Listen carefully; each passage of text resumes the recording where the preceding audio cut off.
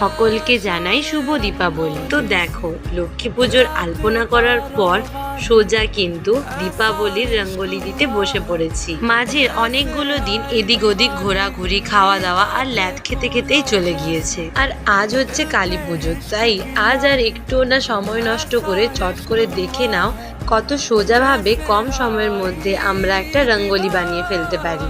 পৃথিবীর যে প্রান্তেই থাকি না কেন, তবে বছরের এই একটা দিন বাড়িতে এসে রঙ্গোলি দেওয়াটা কিন্তু মাস্ট, যেটা আমার বেশ ভালো লাগে। দিনের বেলা রঙ্গোলি দেওয়া কমপ্লিট করে সন্ধে হলেই কিন্তু মোমবাতি আর প্রদীপ দিয়ে রঙ্গোলিটাকে খুব সুন্দরভাবে সাজিয়ে ফেলবো। আর জানো তো, রাতের বেলায় প্রদীপ বা মোমবাতির আলোয় রঙ্গোলি কিন্তু আরো 10 গুণ বেশি সুন্দর দেখতে হয়ে যায়। আর তোমরা যারা এখনো রঙ্গোলি দিয়ে উঠতে পারোনি, তারা কিন্তু আমার মতোই ছোট্ট আর সোজা রঙ্গোলিটা একবার ট্রাই করতে পারো। আর এটা কেমন হয়েছে জানিও, আর সকলে অনেক অনেক ভালো থেকো।